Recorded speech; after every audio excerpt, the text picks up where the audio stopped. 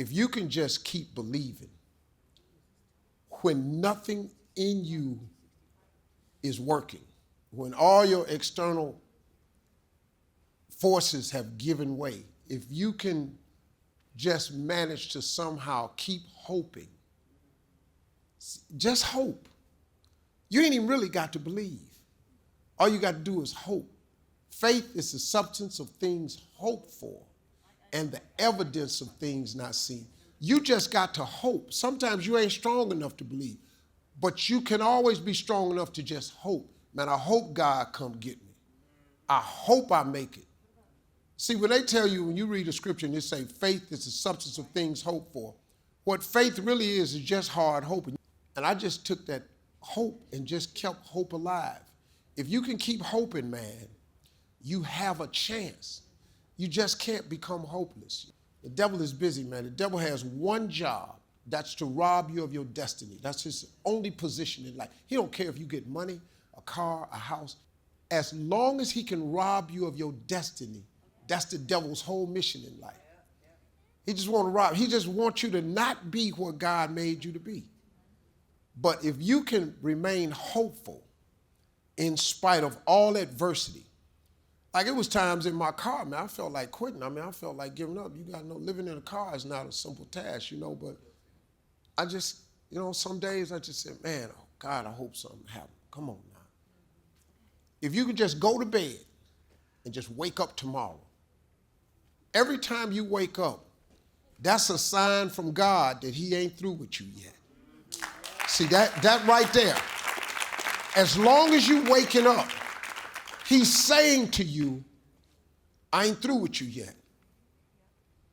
He's just waiting on you to turn and see what it is.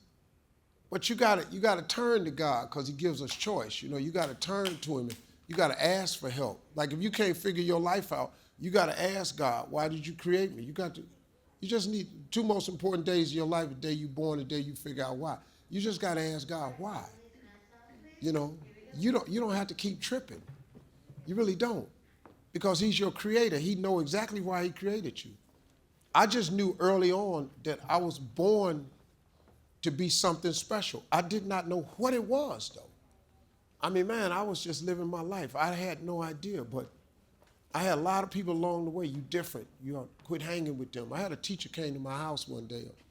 It was a gay psychology teacher named Ray Davis.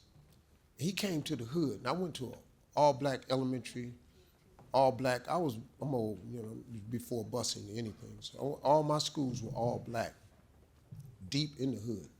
He came to my house in the 11th grade at night. No white people came to my neighborhood at night. I lived deep in it, right? It's serving double life sentences today. That's who I was running with. That guy came to my house and told my father, if he get away from them, he'll be something special. I ain't know it. I had no idea. But I sure thank God. And I just kept hoping, kept praying, hoping and praying, hoping and praying. Hope is an amazing thing, y'all. Everything you ever thought you would not make it through, you got past it. Now, if you're currently going through something right now, guess what? You're going to get past that too. All faith is, really, the substance of it is just what you hope for. That's all faith is. It's just real hard hoping. You remember when you was little and you said, I hope I get a bike for Christmas?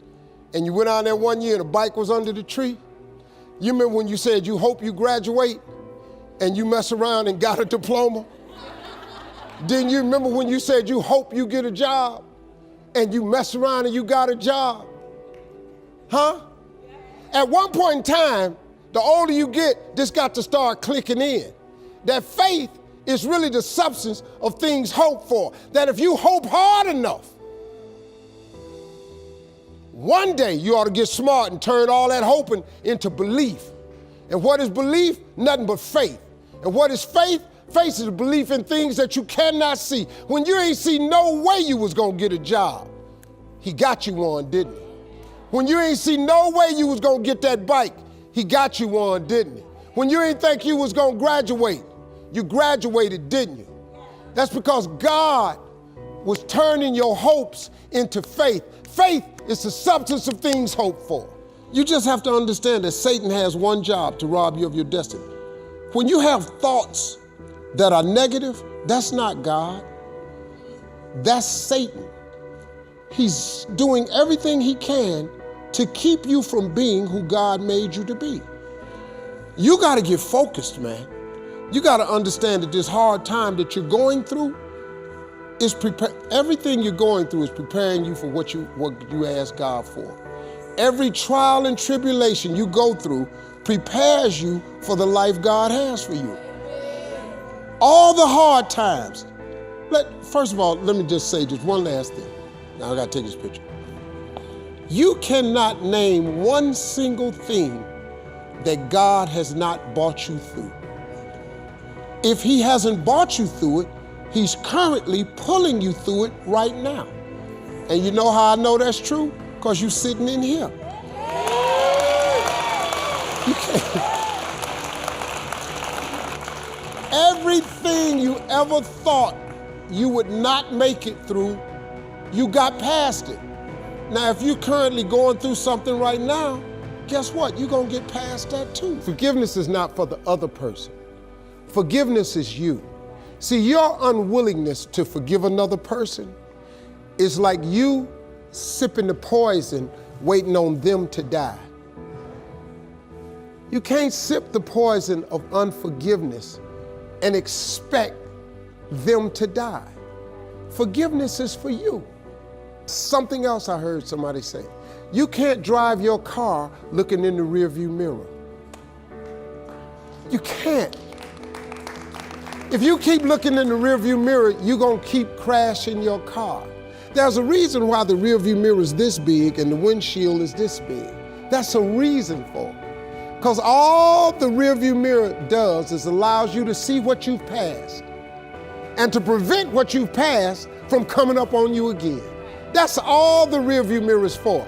The windshield is your future. It's where you're going. It's where you're headed.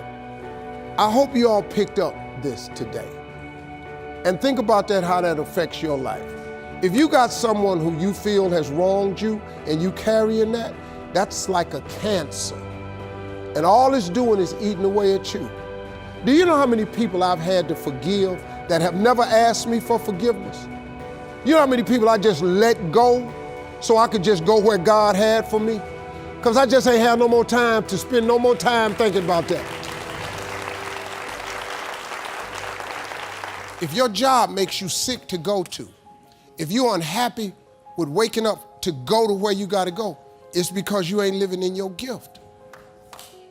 You should, before you die, you should do what God created you to do. You really should, man. Now, that don't necessarily mean you gotta quit your job. Some people are born to be teachers, caregivers, nurses, babysitters. Those are gifts, you know what I mean? If you're living in your gift, you cool. It's just if you ain't. Telling jokes was a gift. They're just not just running, jumping. If you paint, you should be painting. If babysitting is what you really do, you should be babysitting.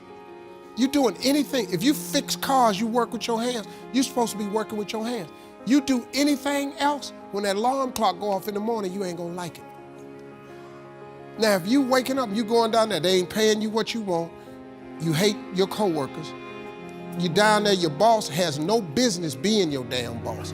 See, that's what messed me up. I never had a boss that I thought should have been in charge of me. That's what was wrong with my ignorant ass. That's why Dick Gregory said, whenever you can treat yourself first class, you should, because it conditions the mind. Once you fly first class, you never go back. Once you get a private jet, you don't even want to fly first class no more, because you're on a private jet. You ain't got to take your shoes off at the airport. They ain't open your bag. Your car, pull around, they open the door, you walk up the steps. They take you right to where you're going. Then it's another car, when you walk down the steps, you don't even go, baggage claim, they put your bag straight off the plane in the car. You don't go do none of that. You fly private, you'll never want to fly first class again, because you get conditioned. All you got to do is you can condition yourself. Once you buy a really nice dress, you don't want a cheap dress no more. You want another nice dress. Once you buy some Christian Louboutins with the red bottoms, you want all your shoes to have red bottoms on it. you.